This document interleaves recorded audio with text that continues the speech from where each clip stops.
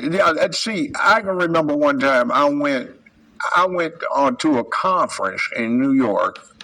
I was a state judge. It's been 30 some years ago.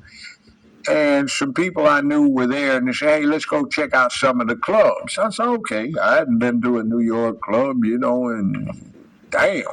So we go. So there's this tall white guy coming in, and all the brothers hanging around with him. But he doesn't have a bodyguard. He just walks in on his own, and he sits down and he's glad handing and getting the animated conversation with everybody. So who the hell is that? Oh, he's a billionaire we got around here. Dude's name is Trump. Trump Towers. Oh yeah, that's the dude that owns it. Oh, he hanging with the homeboys. So he's dated black women before, like the woman he always showed up with on the red carpet thing. She was a fine model right before his current wife. Uh, I had Now I wasn't present, but I had three clients back in the 1980s, business clients who, when I took the bench, I kind of left them in the lurch because I couldn't continue to represent them, but they got other counsel, and their problem was getting finance for their business. Well, 25 years later, I run into them separately. They don't know each other. They might, I don't know, but I didn't put them together. Question: did you ever get that loan or that finance to get your business? Yeah. Well, what happened? Who'd you get it from? I got it from Donald Trump. And, not only did they get the finance, they tell a tale that, well, I don't even know if it's a tale, but the story is when they gave him the term check, he asked them if they were happy with what they were doing. Were they satisfied? He said, "This is what I'm supposed to get." Yeah, and he tore the contract up, tore the check up, said, "My gift to you." Jesse Jackson ran for U.S. president twice. Donald Trump provided his headquarters across the country and raised money for him to finance his run. That isn't too bad. So what are they talking about? See, remember that thing about tell a lie long enough and loud enough? The real problem is he's not into the rainbow cult thing. He's not an acolyte, disciple, follower, or such like. He's not into the unicorn, so he's an enemy. He also is staunchly into the manhood thing. Well, he said he grabbed something. Well, he's talking to folk in a locker room. Some punk wants to go snitch on him. That's a punk play. That's like somebody saying, "Baby, I really love you, and that man you're with, he ain't good for you. He runs around on you." That kind of punk play. So when somebody's pulling that off, I'm not going to look down on it. And as a matter of fact, my first mother-in-law had a beauty salon for years, and I used to go down there and run errands for her, and I'd sit there and listen to the ladies, and I'm going, "Oh, wow, man, this is crude stuff up in here. Damn."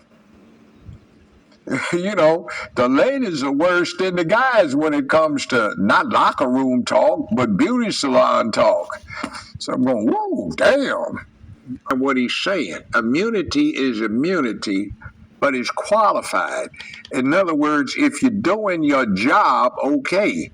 But if you ain't doing your job, it ain't okay. Like, for example, right here in Memphis, there's a case where 5 black cops got indicted for beating this guy to death, right? He had Crohn's disease, Tyree Nichols.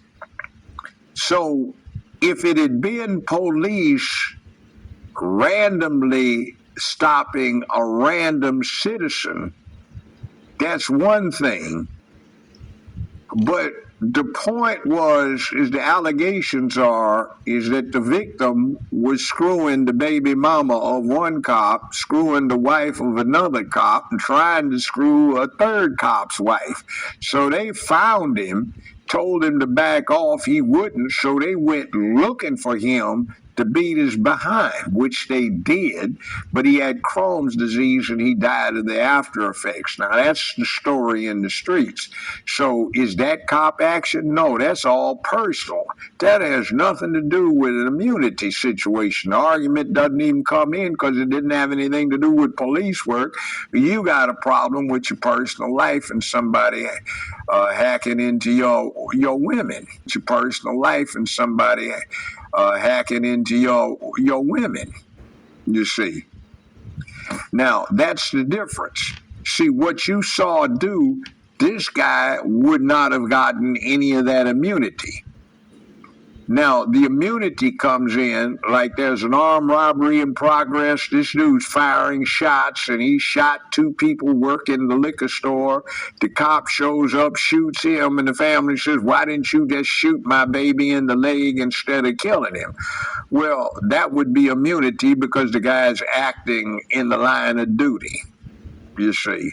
So that's like why you have the Castle Doctrine. Castle Doctrine has been the law for the longest period of time, but it wasn't codified. It was more common law. So what was happening, literally a case in one state was like this. A guy did a home invasion armed, and the homeowner was on the second floor in the bedroom, got his gun. And what went on is the homeowner was at the top of the stairs.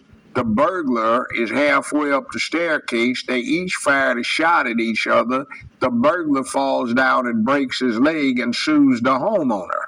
Well, to clear that up so the homeowner wouldn't get sued by this guy for having a broken leg that wouldn't have happened if he hadn't burglarized the house, wouldn't have been shot at if he hadn't had a gun in his hand, they codified as Castle Doctrine. Wouldn't have happened if he hadn't burglarized the house, wouldn't have been shot at if he hadn't had a gun in his hand. They codified as Castle Doctrine. You're on your own when you break off in somebody's house.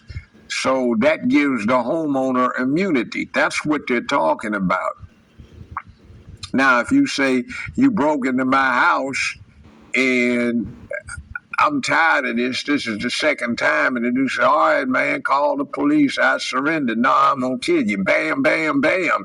See, that's not exactly what time it is.